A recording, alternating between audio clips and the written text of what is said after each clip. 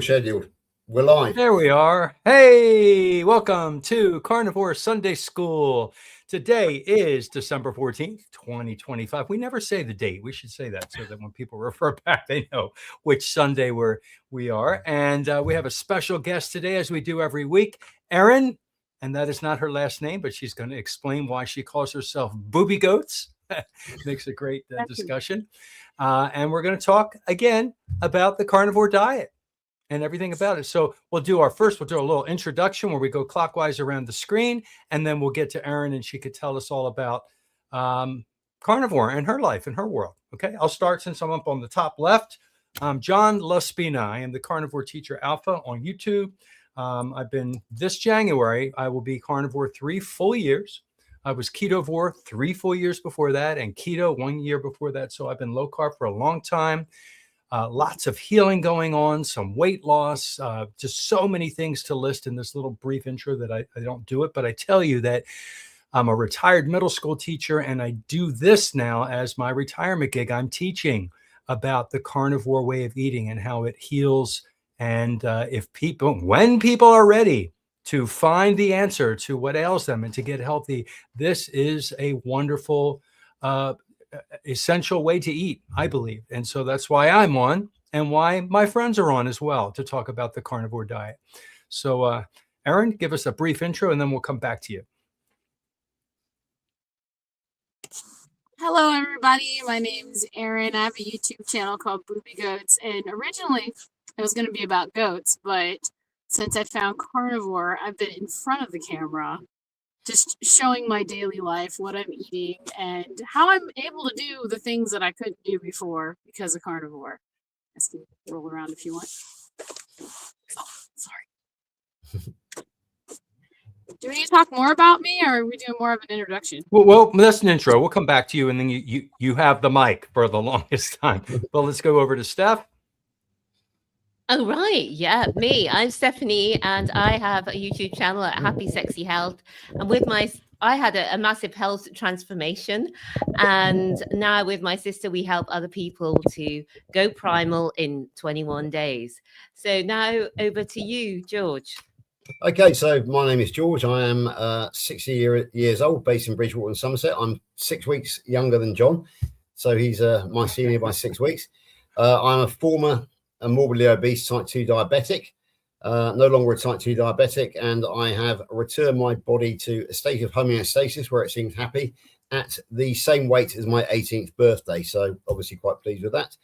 I have many names in the carnivore world. I am known as the carnivore historian because I'm far better at researching history than I am science, so I leave that to the experts. I was known for quite some time as the puppet master by Carl Day of the Primal Lifestyle, on account of the fact that I pull the strings behind the scenes. More recently, I have become the UK ambassador to Kerry's Healing Humanity, which is a great privilege. And also I am a Kilts health coach, and Dr. Kilts has just taken on board the ambassador system, and he wants all of us who are members of the Kilts Mighty Tribe, as I am, the KMT, to become ambassadors for him and for the carnivore world, to get the message out there. So all of us here have the responsibility to spread the word. And I'm also very much involved with setting up meetups, going to meetups, and basically doing whatever I can to facilitate the community in the carnivore community. So that's me in my elevator speech. So back to you, John, to take it from here. All right, thank you. So Erin, you're our special guest today in the car there. And why don't you tell us, I don't ask guests this each week, and I should start doing this. Tell us about, who you are exactly, like how old you are, when all the little detail, where you live, some of those basic things that we sometimes skip over with our guests. Go over, yeah. Well, you all know my name's Erin because I just said it, and you said it too like 50,000 times. But I'm 40 years old. I'm a mother of 10. I have 5 girls and 5 boys. My oldest just turned 19, and my youngest just turned 3. And I'm originally from Dayton, Ohio, and we moved here about 6.5 years ago. And because my husband has his family had the farm here. And back in Dayton, Ohio, we had illegal backyard chickens. And it started to get, I don't know, when you start with chickens, you want to get more things. And there's an opportunity to come here. So we came here, we packed up, moved down here, got goats like a month or two later after we like made housing for them and everything. And we wanted to start the whole homesteading thing. So I decided I was going to start a YouTube channel just, maybe eventually one day it would pay for chicken feed or something, And I started doing YouTube shorts before they were shorts, like a few minute things here and there. And when we moved down here, I was pregnant with our 8th child, and I had gestational diabetes with him. I've had gestational diabetes with almost all my kids except for a few. One of them, I didn't have it because before I got pregnant with him, I joined the post office because to get me to lose weight, although I'd have a kid, I'd gain about 50 pounds. I wasn't, you might have think, my husband's like covering his head. I was like, you might think I'm a beautiful pregnant lady because I carry your kids, but I didn't think I was. But so I would, after having a child, I would just do a lot of walking, exercising, whatever, get the weight off. And then I'd probably end up like 18 months later with gonna have another one. So that's how it kind of went for me. And so I decided I'd join the post office to help lose weight, and it would pay for me to lose weight because that's how I'm like. I'm like, if I'm gonna lose weight, somebody's gonna pay me to do it. And so I joined the post office back in 2016, and I heard you could lose 40 pounds in like 3 months, and I did that. And I was looking good, but then I was in a lot of pain at the same time. Like my feet, I could barely walk at the end of the day. People would be like, whoa, are you okay? Did you slip? And I'd be like, no, my lower back. I finally broke down, went to the doctor about it. And they were like, it's sciatic issues. You're going to have to do stretches. And then, of course, it comes up that also I'm pregnant with my 7th. So they decided at the post office, instead of having me deliver packages and walking everywhere, I would drive the cars. But of course, I didn't tweak what I was eating. So I kind of gained back all the weight that I lost on the post office. And so when we moved down here, and after I had him, we moved down here, and usually I would lose the weight, but I didn't. And with the next 3 kids, I still did not lose the weight. But also I have to back up just a little bit, because when I first found out about gestational diabetes, it was with my 3rd child. He was growing a little big, and I had to take a diabetes test. It was like a 3-hour thing where you go in starving. You got to drink this horrible liquid. You got to make sure that you're not going to puke, because if you do, you got to come back and do this thing all over again. And so I did that. I guess I passed the test because I got a call, and I had to Google what gestational diabetes was. I had to go see a special nurse. We had to talk about diet and everything.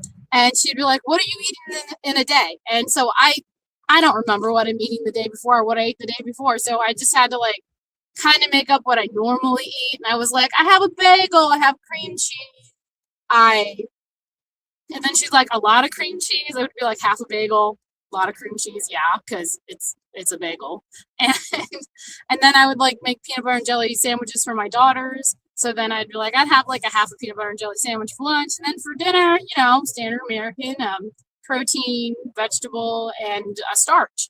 And she's like, okay. So we're going to make all your starches and whatever whole grains, and we're going to do this and that. And I'm like, okay. And then they hand me a cheat sheet of what you should eat while on gestational diabetes. And after you eat, you're supposed to go on a little 30-minute walk or do a little exercise after. It feels good too, because you lose a little bit of weight. And I'm like, okay, well, I'm going to use this pamphlet and I will eat just what they tell me to eat. And I did that, and my sugars were really high. And so I go in the next week, and they're like, oh, these are too high. We can't do this. We're going to have to start talking about different things like insulin shots or taking pills. And I was like, hold on. Give me another week or two. Let me see what I asked was, how high is the highest sugar that you normally want to look for that's okay? And she said like 120. And I was like, okay. And then morning lows, how is that? Well, I couldn't affect my morning lows at all. So, but anyway, I went home and I figured that the whole wheat bread and the starches and the carbs, those were the things that I can't have because it made my sugar jump. So I'm like, okay, so I'm just going to eat meat and vegetables. And I did that and everything seemed to fall into place except for my mornings. My mornings, I would go a little too high on the sugar when you wake up. It's a thing. But they made me take at first glyburide, but I had to take a 0.5 of it, and they didn't have that in a pill. So I had to actually cut my pills in half because my sugar would go too low on like the 1 milligram or whatever it was that they were giving me. And I controlled it basically by doing that. And that's what I've done for any of my pregnancies that I had gestational diabetes with. It just worked for me. But what didn't work for me was the fact that you lose your diabetes, gestational diabetes, after you have the child. So then in my head, it's like, sweet, I can have pizza again type deal. So that's what would happen to me. And with my last child, she was our first C-section. And oh, that was the worst. It was like none of the chairs in the house were big enough for me to sit down. And I was always on my feet walking around with her. And I had a cold at the same time. So with the stitches in your stomach and you have to push pillows next to you while you cough, it was awful. So I was sitting on the couch with her and we were watching homesteading stuff on YouTube because that was kind of the thing that I did with my 3-year-old at the time. Flash, he loved this one guy. He had cows, horses, and all this stuff. So we would sit down and watch him. And he was talking about, I'm going to do this thing called the carnivore diet. And I was like, the carnivore diet? You're going to kill yourself. I'm going to subscribe. How is this guy using the bathroom?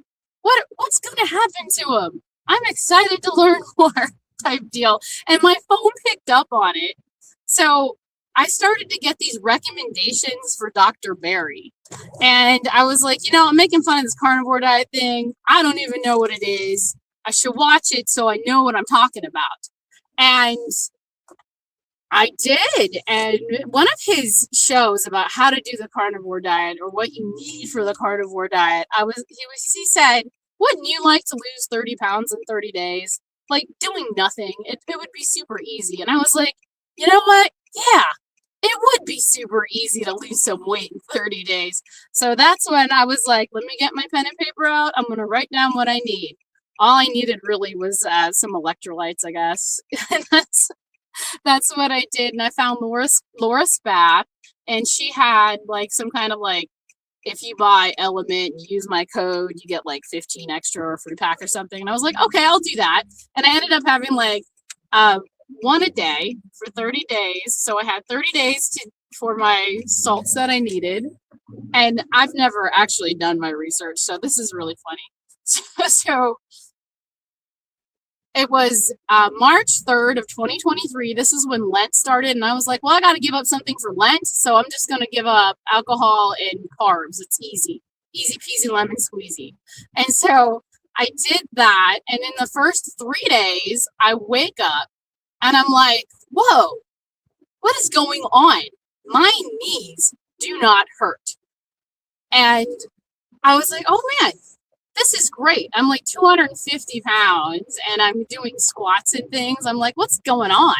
What is going on? Like I'm feeling really good. And then about maybe a week later, I wake up and I've always had lower back pain after I had my first epidural. And I did have plenty of epidurals. I had one that fell out and I had a almost 10-pound baby. So I felt everything for that one. And then with Flash, I didn't have an epidural for him. He had to come. So he went. So I've had like one of the things with epidurals is you get lower back pain. And it's one of the things that could happen if you have them. And that's what I had, but it's gone. It was gone. And I'm like, oh boy, this is great. I don't feel bad at all. And I had so much extra energy, especially after like just eating a couple hamburger patties. And there was this point where this fellow over here would want to go out to eat and stuff. And I'd he'd be like, do you want to eat? And I'm like, no, I'm not hungry. I don't really, I don't want to eat anything. I'm good. I feel good. So when you're feeling good, there's a whole mind shift, I'm guessing, kind of thing that goes on where you're not sad, you're not a little depressed anymore, and you just want to do stuff. You feel good when you're doing stuff. And then I was talking to my daughter, Loretta. I was like, hey, this is really weird, but all I'm doing is what you're not supposed to be doing, eating fatty meat, red fatty meat. And I feel great. Like, what is this? It's like I should tell people, but I don't know how to tell people. And she was like, don't you have a YouTube channel? And I'm like, yeah, I do.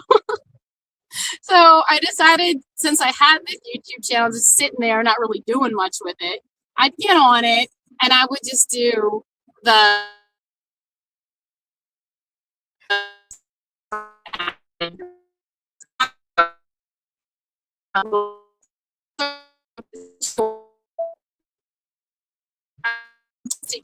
from Pogo.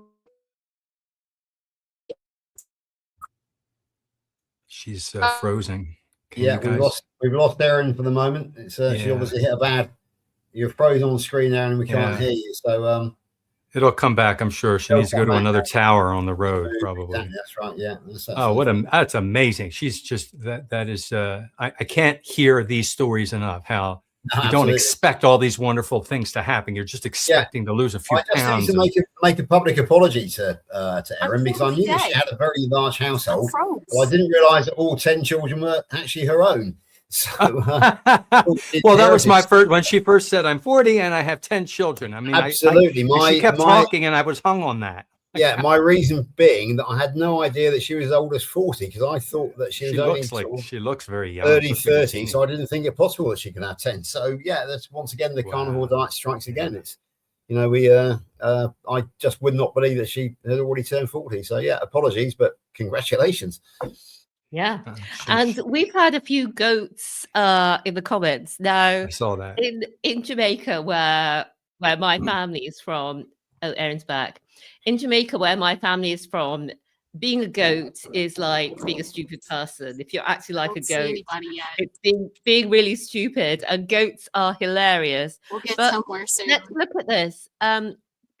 George, I love that George says that he was on a homestead. He grew up on a homestead with a little small holding, and he had a goat named Delilah. Yeah, we got her in, I think, 1969 when the Tom Jones song Delilah was in the charts. And as we were driving home, Mum suddenly burst into song because she liked it, and the goat was in the back of the car, and she started singing Delilah, and she said, "Oh, I think I'll just name the goat." Yeah, so that's how she became Delilah. And she lived quite a long time. I think we got her in 1969, and I think she lived 12 years. So yeah, she was my childhood companion. I was scared of her at first because she, used to sort of like rear up on her hind legs at me. But as I grew older, we became great friends. So it was great fun. Oh, I've never seen them do that. And Sandy had pet goats as a kid and said they're so entertaining. And Rick fell out with his mum. He brought the goat in the house, and the goat caused absolute havoc. But you'll see that I'm looking down a lot because I'm replying to all your comments. I've got my phone here. So it's great chatting to you in the comments. And if you've got any questions that you want us to put to that you want to put to Erin, just put a QQQ and add them in the comments. Or if you want either Erin or any of us to answer, yeah, we'd love to hear from you. And Erin's back. Sorry, you got cut off there. Erin, can you hear us? You remember where you left off? Yes. No. That's all right. That's all right. You were.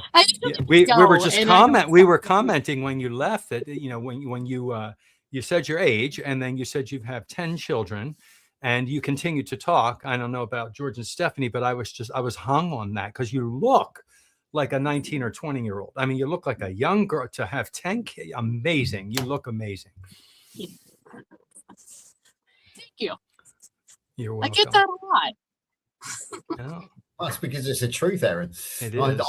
I had no idea that you were 40. I always had you down as late 20s, 30 maybe. So that's why I thought that it was impossible for you to have 10 children at that age. But now I know the truth. So yeah, it's And well, shout out to the man driving the car there. Say hi to the hubby. Thank you Like, for your support. I said, nobody can see you. It's fine. Good. That's all right. We know someone's turning the wheel and controlling it. Any other thoughts or questions from Steph or George or Aaron? I'll tell you my goat story. Everybody's typing their goat story. On one of them, I took a cruise in the Caribbean, one of my cruises, and we stopped at St. Thomas, and there was this escalator ride, or I don't know what they call it, like a ski lift ride. We went up the side of the mountain. There was this little zoo up there. The Peacock opened up for us, and there were a couple of goats. And I was just standing there, and this man, this mother just had a baby goat, and this man was nursing the goat because apparently the father had peed on it, and the mother wouldn't let the baby nurse. So the man walks over and hands me this baby goat with the umbilical cord still attached. And I'm like, I hand my camera, and I'm like, film me. I'm holding this little baby goat. It was amazing. It was so cool. That's my goat story. absolutely. Well, before we get off the subject of goats, I know that Steph comes from the Caribbean. Yeah. And is there such a thing as curried goat, which is Absolutely, yes. Yeah. Yes, it's very Can you tell good. us about that? Well, if you go to a funeral, there's always going to be curry goat, and there's going to be a party. I don't eat it that much. Well, not nowadays anyway, because it's got loads of sauce and everything. But if you go to a funeral, you feel shortchanged badly if there's no curry goat. And then there's a bit of a party afterwards, music and celebration. Hopefully, if the person had a good innings, obviously it's sad if somebody's died young. But usually the funerals are great fun. If people have lived to a long age, plus you've seen all the family and friends, you've had the curry goat, there's all the dancing, and then those who are so inclined are on the rum. So it's actually quite a good time. Yeah. Can I just point out, I think this is correct, Steph, that one of the biggest faux pas you can make when talking to somebody from the Caribbean is called goat curry. Oh, yeah. Yeah, is that correct? Yeah. Well, we know what you mean, but you're not down. You're not down. It just shows you're not sure. Curry, You don't really know. Yeah. Curry goat. So there we go. Interesting. Thanks for that, George. Yeah. Just a little bit of education on. We are after all on Sunday school, so there we go. Love it. So, Aaron, this is not Keto Cookout, where I'm not allowed to teach, as Aaron will know. I think Aaron and I have actually appeared on Keto Cookout together in the past, and one of Russ's instructions is we ain't here to learn nothing. We're here to have a good time. So there we go. Okay. Interesting. Well, Aaron, tell us more about the question I ask all the people that I interview is, okay, what are you eating now? Right, this moment, like what do you have in a day? What does your family have in a day? Well, for me, I just in the morning I make a fatty coffee with like one egg yolk and a tablespoon of butter and like 9 cups of coffee, and I immersion blend the crap out of that. That's what I have for my breakfast, and I'm usually good all day until dinner time. I'll have a steak, like a T-bone or something, or whatever I find on sale, because I like to buy everything on sale. And when I started the carnivore diet, it was more like it's got to be every kind of meat. I can't just be like one thing, because I got to be able to afford it. And since I started feeling really good on it, what I started to do with the kids was I made them more whole food type deal. And then we got to a point last year, we did a lot of the keto stuff with the kids, and then we went full carnivore for a month. And when one of my daughters left for the whole month because there was nothing to eat, and I'm like, what are you talking about?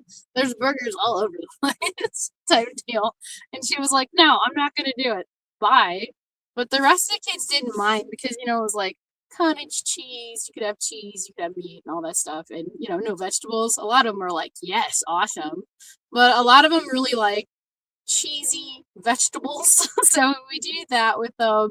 They're more whatever they like, really, because it was more like maybe you should be happier with you guys, and we'll just try. If they want something, they really want it, I gotta make it. So it's got to be like, I've got to start a sourdough because they want to do for Christmas, they want to do pizzas. And I'm like, I got to do a sourdough. Oh, I got to start a sourdough. It's been forever. I kind of let mine die. So I have to do stuff like that. And I was thinking the other day, it's really funny for me to be carnivore and I also cook, because usually what they get is like 2 different proteins and then rarely nothing else unless they ask for it specifically. It's just like a lot of meat. Because I'm just like, whatever. But some days we do have to, like, I have to take the kids to Cub Scouts, so they have to be able to make the food that's a simple food for them to make.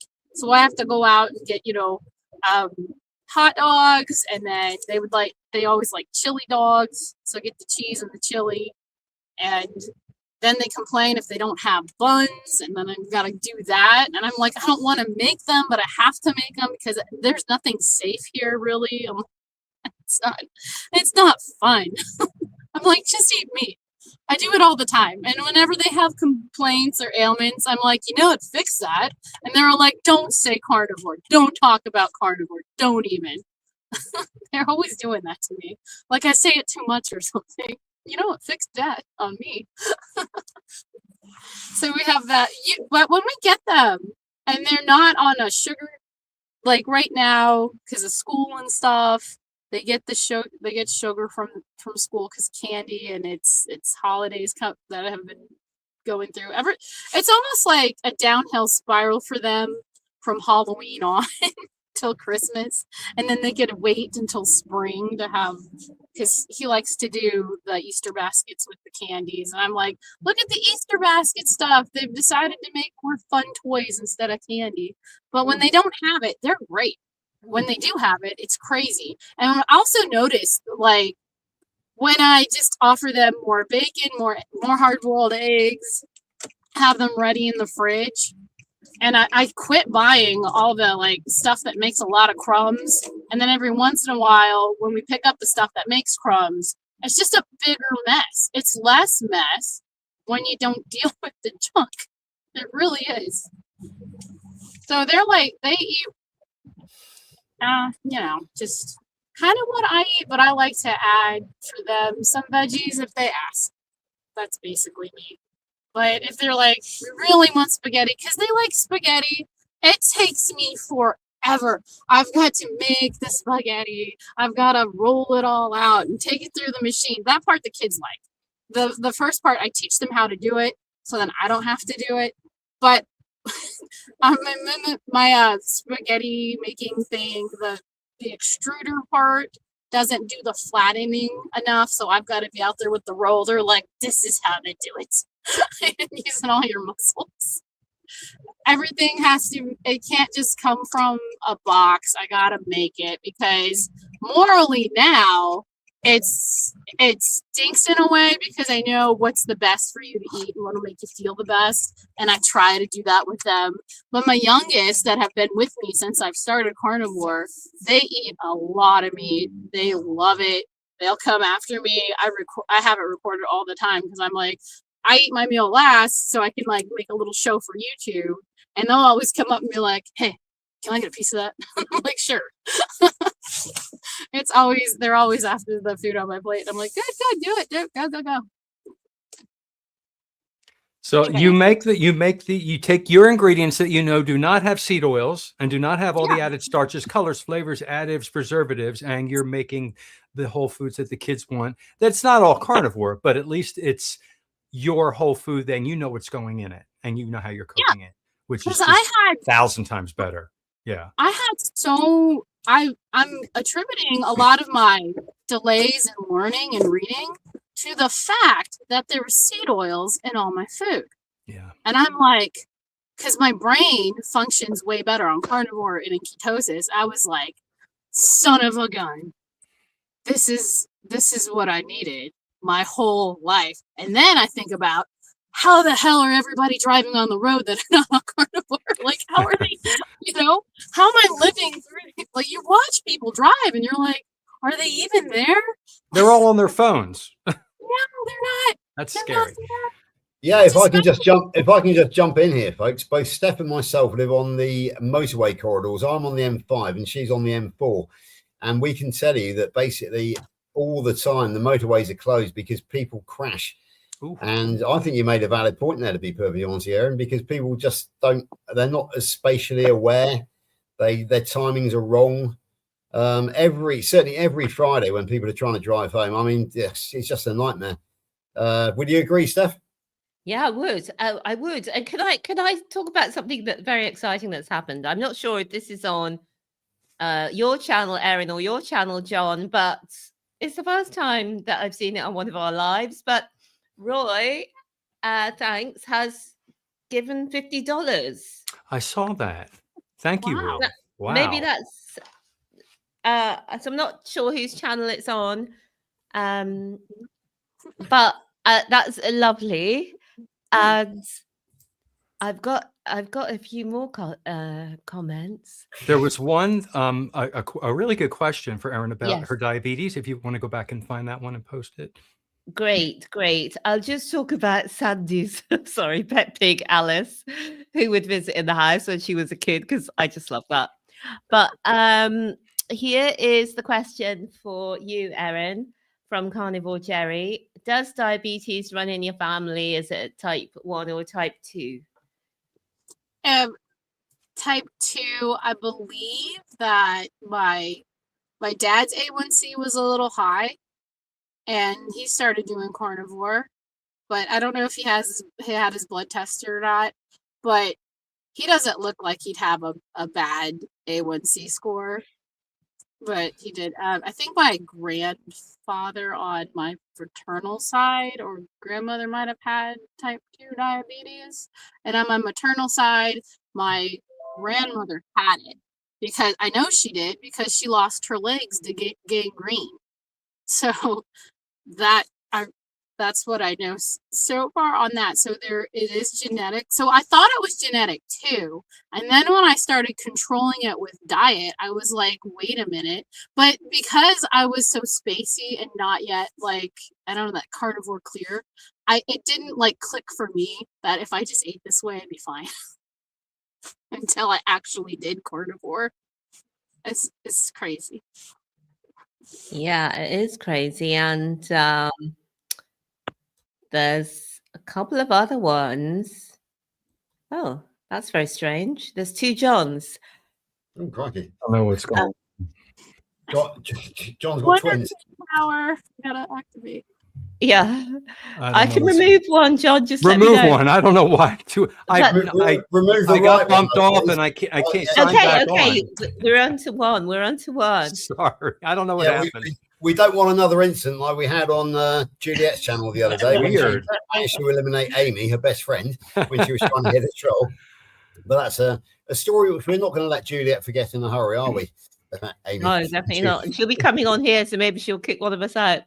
But Lainey and Rick and others have all said, Erin looks like she's in her 20s. You look fabulous, especially having to raise 10 children. I think I would be in a straitjacket, and I think I'm agreeing with Lainey there. That's why the Definitely. opportunity to move to a farm, I was like, let's take it, because I can just kick them outside. Yeah. And Tammy said, I would get so disappointed following the American Diabetes Association diets. They never worked. They never helped. And the doctors always made you feel worse. And, you just give up so many times. And I think we've all had that, haven't we? Yeah. Over the periods where we've been struggling before we found carnivore. Right, time for a quick sales pitch here about American diabetes. And that is that just recently, our friends under Dr. Ken Berry and Dr. Tony Hampton and various others have set up a rival organization for the American Diabetes Association called the American Diabetes Society. So they are actually taking direct action to try to basically shift the conversation from the American Diabetes Association to the American Diabetes Society, and it goes without saying that they are taking the low carb approach. So yeah, if anybody didn't know about the American Diabetes Society, please go and look it up on your browser and find out more about it, and just basically get away from the ADA and switch over to the American Diabetes Society, because they are the future. It's an excellent website. I have it posted in the show notes of my YouTube, American Diabetes Society. A lot of people get it confused because they just automatically think association. And also, Roy, I now know who this is, Roy Carter, who posted this. Roy bought my book. He sent it to me. I signed it. I sent it back. We've been going back and forth, sharing ideas. He's asking me questions, so that I know who this person is. Hi, Roy. Thank you for coming on and watching. We appreciate it. And that, I love that very generous gesture. Very generous. Thank you. So that's so lovely to see. Yeah. And finally, from me at the moment, from the comments section, is from Jonathan at Carnivore Muscle, and he's just talking about the hacks that he likes to integrate with carnivore diet, morning sunlight, resistance training, online community, sauna, and red light therapy. So it'd be great to hear from you, Erin, your thoughts on these. Maybe with 10 kids and being on a farm, you don't need to think too hard about these different hacks, maybe as those of us who live in the city. But have you got any thoughts on these hacks? Oh, I kind of do. I do them, I think. Sure, I do. I get up. This is so crazy because I never thought I was really a morning person, and I'd have to get up to get everybody going because I'm mom, and I'm the only one that actually thinks it's important to wake up in the morning.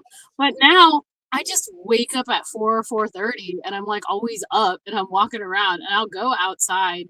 I try not to look at my phone right away, and if the lights go off, I'm like, yes, I can go outside and get some light in my eyes before the sun comes up, and I do that, and I'm usually around this time of the year, because it's kind of colder for us, I like to do my morning chores without a jacket on. Sometimes I do it barefoot. If I have my sandals on, I'll take them off because I want to get my grounding in before I bundle up and I have to go outside and do stuff. And I do have an exercise machine, a weight machine that I like to use, but one of the kids lost the pin to it, so lately it's been I'm mucking out the chicken coop, and every scoop's like 50 pounds to muck it over, and I should have more of my kids doing it, I know, but I like to do exercise. I like to dig. I like to do these things. This is like the stuff that I've always wanted to do, so I love being outside, and it used to take me forever to do things, and it's so simple on carnivore because I'm like, I'm up, I'm ready, let's go, let's do stuff. And that's where I get my training. But the online community thing, it's key. You need it. I was maybe 8 months in at Carnivore, and I've never actually got onto the live chats to chat with the people because it's like a big step. It was a big step. And I went on to Nia's Way. She used to do a show a lot. She used to do a fireside chat or something on Sundays, and it was fun. And then from her, I found Old Guy Carnivore, and everybody there is just awesome. It's a great group of people. They seem to like go through that with Carrie's channel and going around. This is just a bunch of really nice people. We're all a little more clear-headed, like-minded, and really fun to hang out with. So that's why there's usually like a lot of chatting, because it's like, hey, what's up, guys? What are you doing today? I love it. But all these things are great, and sauna would be awesome. My sauna is my greenhouse. I will get in there and just hang out to sweat. I love, like, this is almost my 3rd year on Carnivore, and this summer it was hot, it was humid, I'm like dripping buckets of sweat, but it didn't bother me. Usually it's really like, oh, it's so hot outside, I'm just gonna stay in. No, it was more like, why is the air conditioning off? Turn it off. It's great to sweat. You turn on the regular fans, open the windows, type deal. And everybody's like, she's lost it. She's crazy now because Carnivore. And I'm like, no. It's just I felt good. I felt good to sweat. It was great. And I kind of miss it now because it's colder, but I still get out there and I do stuff because if you're not doing anything, you're kind of bored. And carnivore makes you kind of energetic, and you got to do something, or you'll just if I don't do anything, and I'm like folding laundry, I have to run to put it away and stuff. It's just my muscles kind of like do this thing where it's like, come on, let's do push-ups or something. And I'm like, this is not me. This is so weird, and I have to do them anyway. Type deal. You have all Just this energy that people talk Yeah. about when they go carnivore. You don't know what to do with it. You have to do something because your mitochondria are so much more efficient. You have more flexibility and you have more energy, and run that laundry. Yeah. But in the beginning, it was for me. I think there was this point where I saw somebody say they didn't need a lot of salt, so I stopped taking the salt, and I started to like slow down and be kind of like dragging and stuff. So I decided to reach out to a bunch of electrolyte companies, and I was like, I'll just do like I'll try your product and see how I like it. I have a YouTube channel, blah blah blah. So they were really cool. Keto Chow and Element sent me a bunch of free electrolytes. Good. And once I took the electrolyte, I felt way better. And I was Big like, difference. it's the dang salt.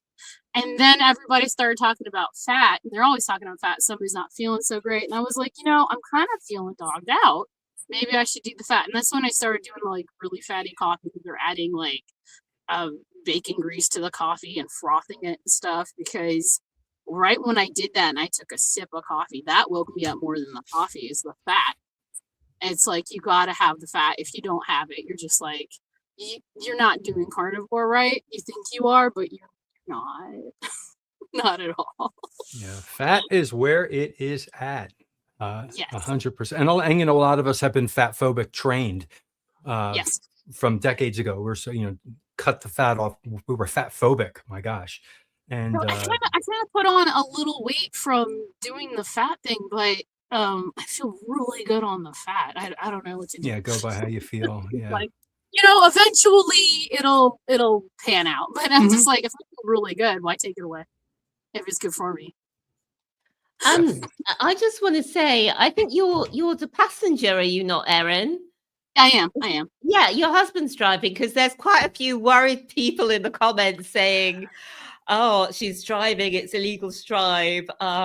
So We're parked. We're in a and parking lot. Sandy, you can stop worrying. When the car's moving, it's Mr. Booby Goats who's driving. And remember, we're in the United States, so she's in this side. You're thinking Britain. She's in the driver's seat. Absolutely. Yeah, I've got a funny story about that from Monday when I picked up Dr. Kilch from Heathrow. Oh, really? First thing he did was go to the driver's side. Yeah. And he actually said, I should know better than that by now. But no, I said it's the same mistake we all make when we go to another between countries. So yeah. And there's a question for you from Lainey, Erin. Erin, do you eat your chickens or just the eggs? Just the eggs. I'm not strong enough yet to eat my chickens. But when push comes to shove, I might do it. But for now, I don't need to. And they're pets. They're all strong pets. enough, meaning strong enough to chop their head off and pluck? Yeah, that. Okay. I know how to do it. I know how to do it from watching all these homesteading shows. Right. I joke to the geese and the turkeys because they're kind of loud sometimes. Like, which one's going for Christmas dinner? We're gonna have a goose or a turkey. I do it all the time, but I can't. Not yet, anyway. Their eyes are too big and cute right now for me. And Roy said he's loving your book, John. Still enjoying every night at reading time. He's a great guy. It's personal. I won't say it to you, but he and I have been going back and forth and talking about my book, and he's a good soul. I don't know if we want to have him come on. If he wants to come on, he may not want to come on, but carnivore has low carb carnivore has really helped him tremendously. So he's just learning and growing, and his wife's jumping on board and everything. It's wonderful. Yeah. Roy, just comment if you want to come on the show. We'd love to have you on if that's something you want to do. And the next space is the end of January, Roy. So that would be amazing. And one more question that we've got at the moment from Exist and Live. What percentage of y'all's diet is meat? I did the American accent there. I hope you. You did well. The South, the American South. We don't say y'all up north. It's yous guys, right? Up north? Yeah, yous guys. You know, we're from Philadelphia. That's how we say I it. guess mine would be 97% all meat because I have coffee and tea. What are you gonna do? And Yeah, fizzy water. Mine's about 95%. I use mustard, sometimes a little onion, or some oregano, or I don't know, sometimes something gets in there. So I know it's not 100%, but I'm really close to 100, to be honest with you. And some days I am 100. Yeah, it depends on the definition of meat, because I eat cheese, I eat fish and eggs as well.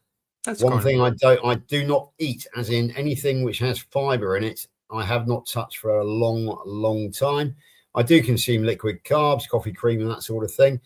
But I actually regard now, since I've been on this game for 3.5 years, I regard seed oils and fiber as actually being worse than sort of a few carbohydrates here and there. So I've got no qualms about consuming liquid carbohydrates as long as they don't go to my colon to rot like fiber does. So yeah, I am basically 100% when it comes to actually having to chew something, that is 100% carb free or whatever. But I do drink in liquid form. I do consume a few carbs, so I'm pretty close. But there we go. Yeah, and for me at the moment, I usually eat all the primal things apart from dairy. But at the moment, I'm being a bit stricter because I have stage 4 cancer, and it's helpful to be in therapeutic ketosis. And sometimes it can recur in the winter, and we're in the winter at the moment. And I've noticed a few not promising signs from blood tests, and just, I can just feel. So I'm cut back to do therapeutic ketosis. So I was very excited today. I've just been doing this for the last few days, and my ketones this morning were 2.5, which is in the therapeutic level, and my blood sugar was 4. So my GKI is 1.6, and therapeutic ketosis is under 2. So that's really good.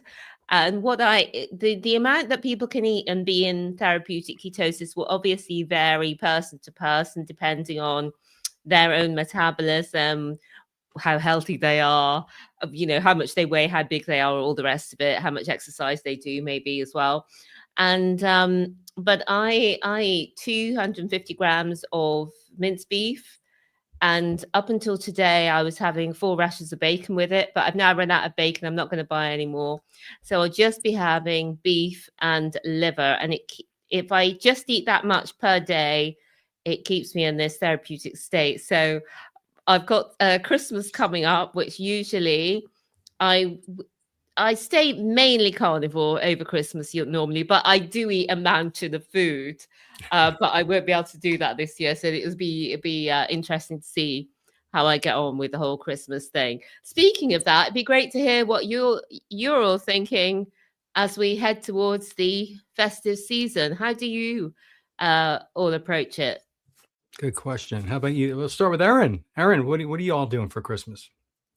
My husband likes the country ham, the very salty ham that you should get, like a big salty ham. And I was looking today at the briskets again, because if I can find a good deal on a brisket, I'm gonna grab one up. Because usually we cook 2 big thick meats, and then I'm just like, I'll eat the meat because that's what I eat. If the kids want other things, they'll make whatever they want. It's fine. It's Christmas. But that's how I do.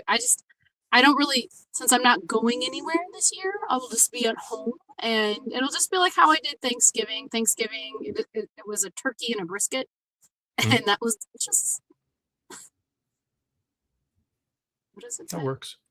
She'll be back. She probably popped off like I did. Yeah. For Christmas time, I'm going to do what I did for Thanksgiving. We're going to smoke on the Traeger grill a prime rib. If you've never smoked a prime rib, it is succulent. It is amazing. And we also smoke brisket too, which takes a lot longer. But I just more meat on the holidays. Same that I do on the regular nights, but more. Sometimes better. sometimes you splurge and spend the money on the prime cuts. Yeah, How about we have you, two. Steph? Or George. Go ahead, George. Yeah, we have two freezers in the house. Lainey's actually sat in the other room at the moment. She might come and correct me in a second. I know she wants to say hello to Erin anyway. But those two freezers are completely rammed with meat now, just meat, nothing else. Lainey's very good at spotting bargains in the local supermarkets. The lamb was all half price, so we've got lots of lamb legs in there. On Saturday, we went to the pop-up market, which I think I've put on my Facebook, and quite a lot of people have seen that. The mobile butcher drives around in a big truck and sells out the back, and he sells bulk at discounted prices. So we stocked up on steak the other day. We buy online. There is a company called Weston's Rose Veal, not very far from us. And Lainey put in the big order for them recently. So we've got a lot of veal rump and veal scallop in the freezer. We have various other lamb chops, you know, the fillers, pigs and blankets and sausages, definitely. We're so full that we saw something called a capon on Saturday. Now, I don't know if you know what a capon is, but it's basically, it's a rooster or a cockerel over here, which has been sterilized. So it grows quicker, and then it's obviously not allowed to breed because it can't breed. And they become a much bigger version of a rooster, much more tender. We were going to pick one up on Saturday, but Lainey realised that we've got no space in the freezer. In fact, here she is. So we're gonna make some space this week, and I'm going out to buy a capon on Saturday. And we also have a rib of beef on the bone, 2 joints of rump, 3 ducks. I didn't kill my own ducks, Erin. I couldn't do that either. There's no way. They'd all have bows in their hair. I'd be rubbish. I could never be a farmer's wife ever. Yeah, we've got our lobsters. We've got lobsters. Oh yeah, I forgot about the lobsters. Yeah. Yeah. Ooh. I know, 2 lobsters. So Yeah. yeah. Anyway, lovely to see you all. All right. Thanks, Lainey. See you later. Yeah, so there we go. And just on subject to ducks, I just got this for Rick. I've got to do it. Yesterday we went shopping at the market, and we went and had a look at the market stalls, and we found this book, and I had absolutely to buy it. It's called The Duck Burglars. So Rick, if you're still in the chat, well, it's only small. So what I'm going to be doing is, I can't send it to you obviously intact, but I'm going to take photographs, frames of the entire book, and I'm going to send it to you in chapter form on email, because we do have email contact. So yeah, The Duck Burglars. So that's your Christmas present, Rick. Need to do that. When I ride around my neighborhood, I see a ton of ducks, and I think the duck whisperer. I'm going to call Rick the duck whisperer, because they come to him. They know him. You just go by here, ducky, ducky. Yeah, he's a pro at that. Oh, I can see Julie in the comments from the other day at the event. Oh, yeah. And she just had a half a chicken for dinner. So just keep me up to date. And also, I wanted to point out that Erin has got a duck on her back seat as well. Yes, she does. So We've been it's all- staring at it this whole time, and I mentioned it at the beginning. Right along. Yeah. So we have we have about 6 or 7 minutes. Anything else you'd like to share about your carnivore lifestyle, Erin, that you may have left out or you wanted to add before we close out?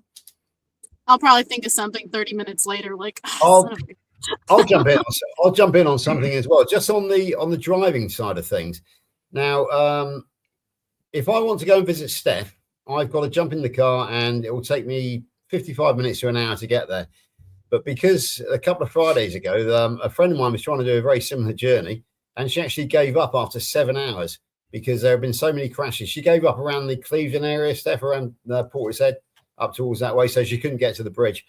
So that's fairly typical over here. But we also, and that is basically because people don't drive very well. But we have another phenomenon here in the UK which blocks the motorways, and that is the bridge jumpers.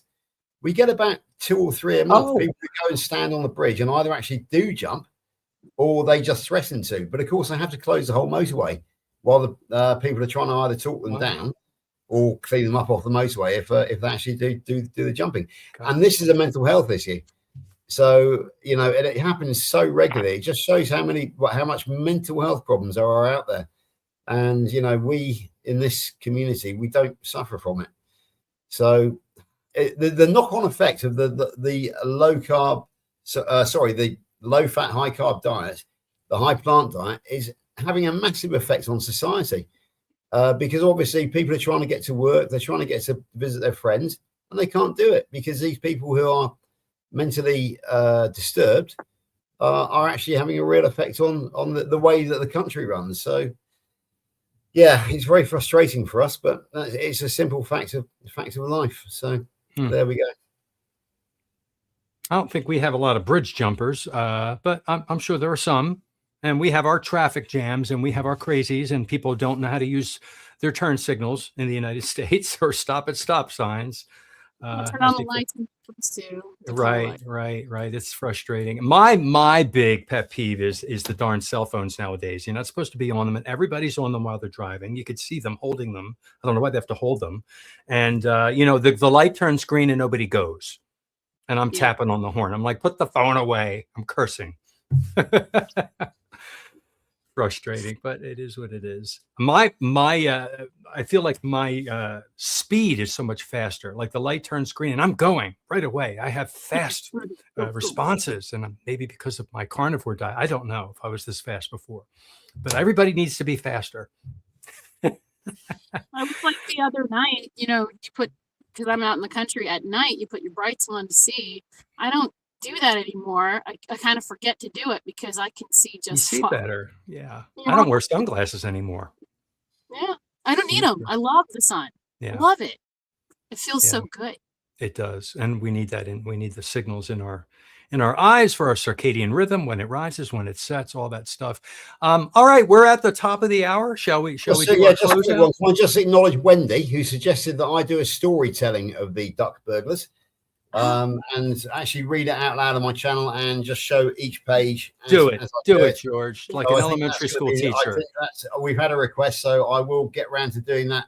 In the very near future before Christmas, I will do a story time, the duck burglars, and hopefully Rick will tune in to watch it as well. So yeah, consider that done, Wendy. No worries. Thank you. I think you and Rick should go on. We can get two people on the screen. You read it, Rick comments. It might be an idea. You would have a lot of volume watching that. Yeah. Okay. All right. We can do a special or something, isn't it? Steph, why don't you start by telling us where people can find you and Yeah, thanks. It's I forgot my name there. I'm Stephanie Taylor, and I'm at Happy Sexy Health on YouTube.